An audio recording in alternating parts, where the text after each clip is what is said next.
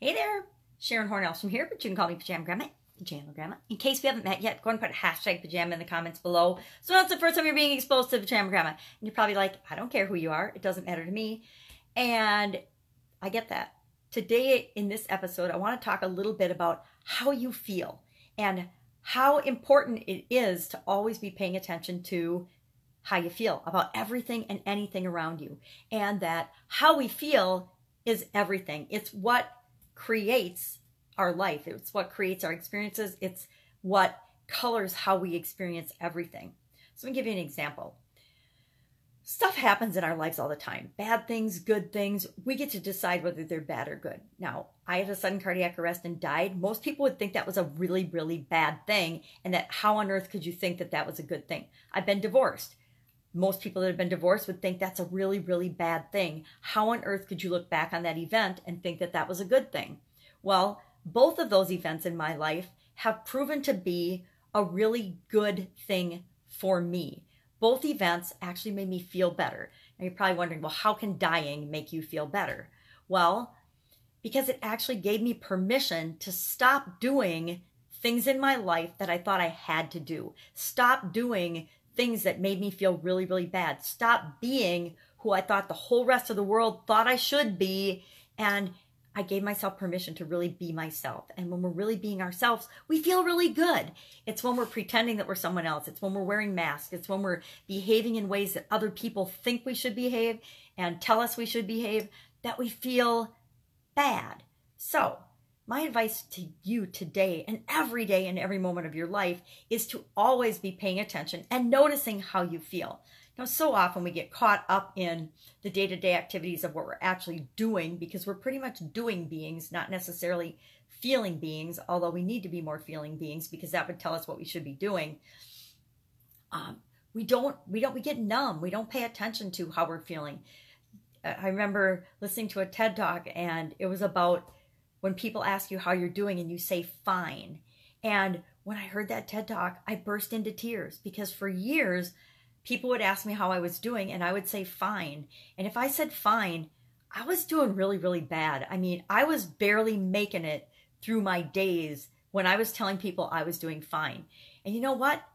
No one ever probed beyond that first answer because asking people how they're doing in today's society is kind of just like a greeting, and we don't really listen, or we don't really listen for the answer. We're just looking for our opportunity to respond to, well, hey, I'm doing awesome too, or I'm doing great. This is what just happened to me.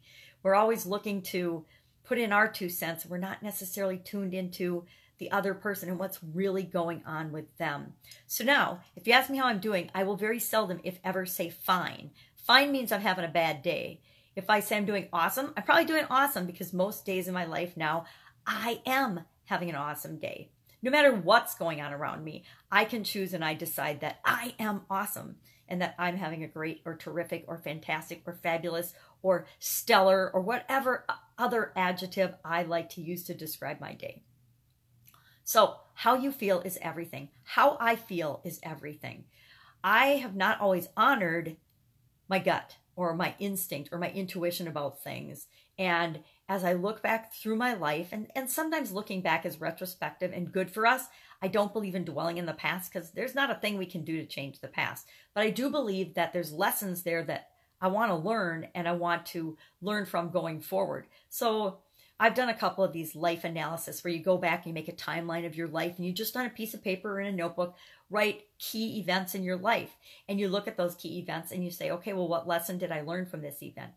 And that's how I have been able to turn, events that most people would think are terrible and life-altering and life-ending and turn them into positives because I look at, okay, yep, divorce was challenging. It wasn't that fun to go through divorce. I thought I'd be married my whole life.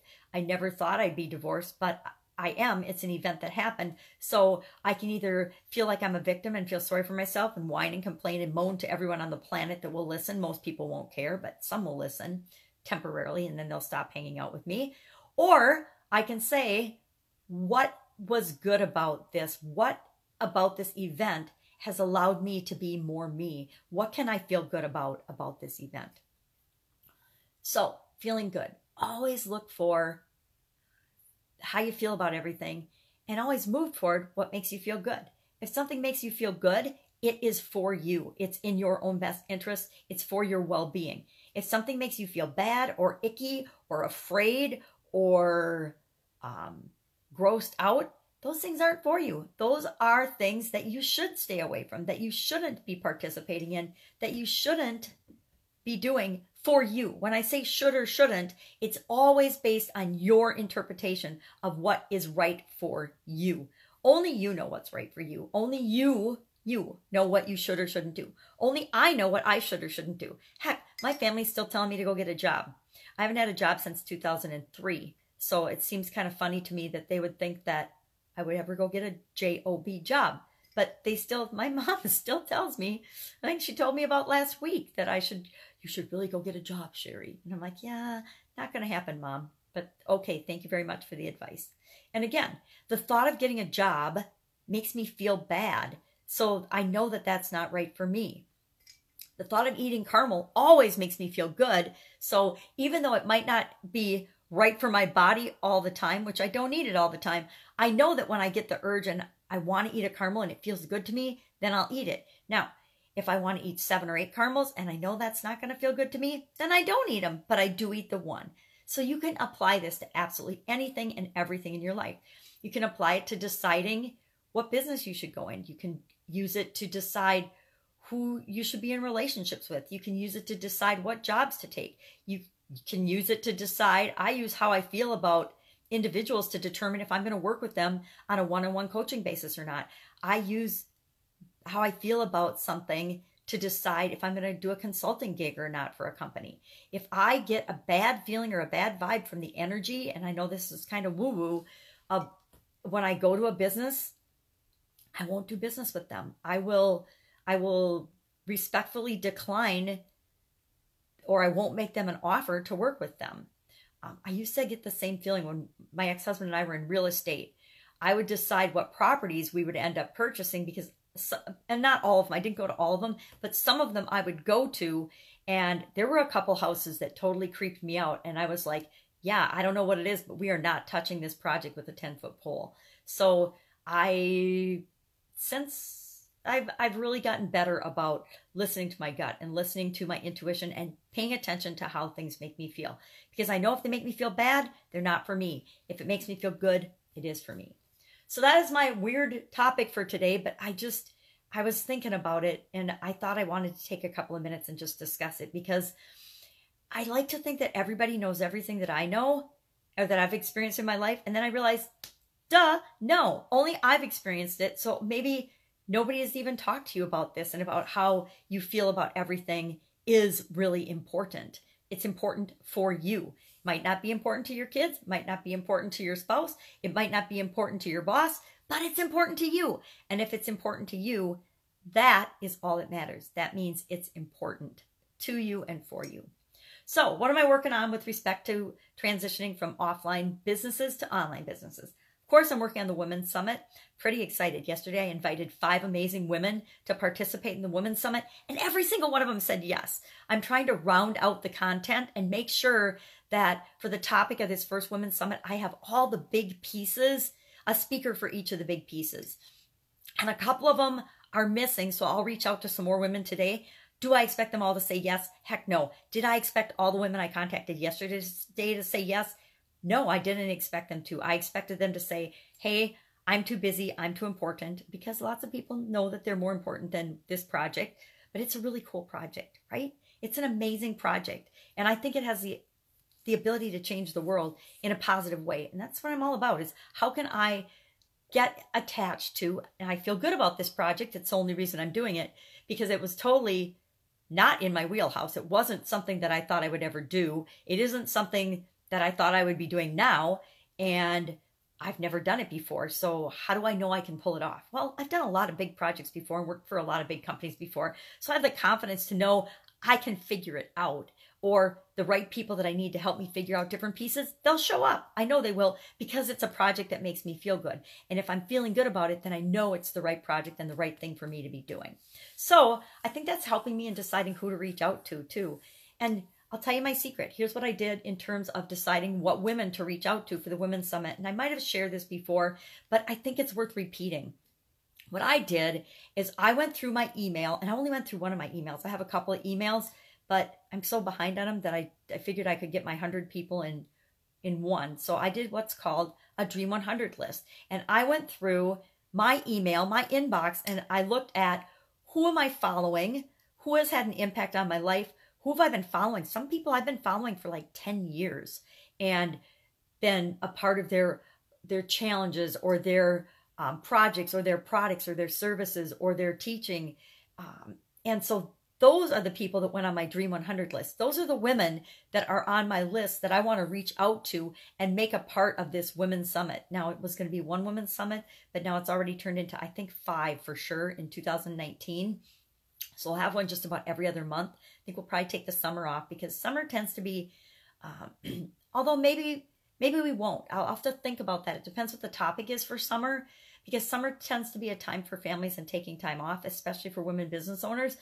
But it also can be a time for personal development and growth. So maybe it is a good fit to be learning about things that are helping you as a business owner in the summer as you're on vacations and doing things with the kids that will push you to get a really good end of year performance for your business.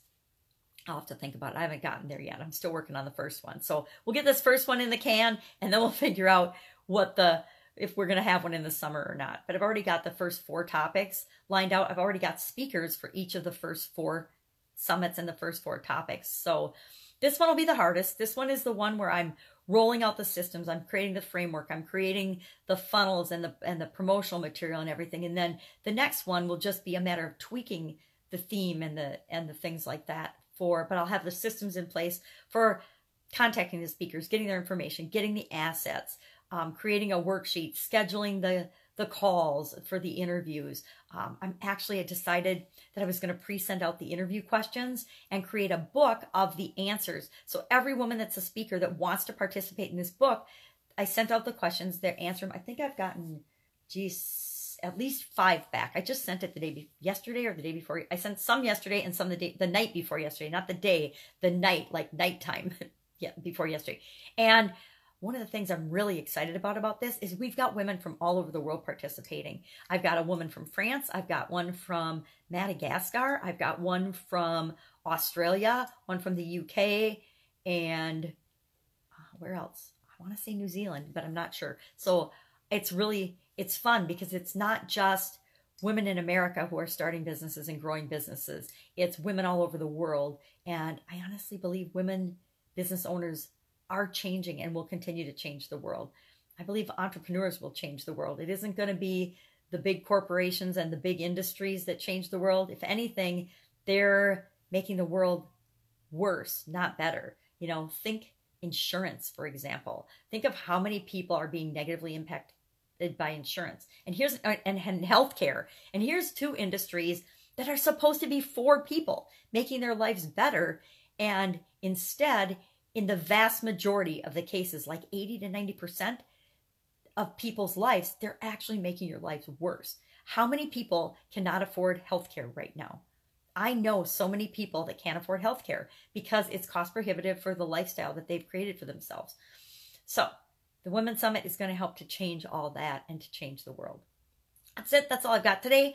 Go out, make it a fantastic day. And of course, I'll be with you tomorrow, letting you know a little bit of my journey and what's working, what's not working.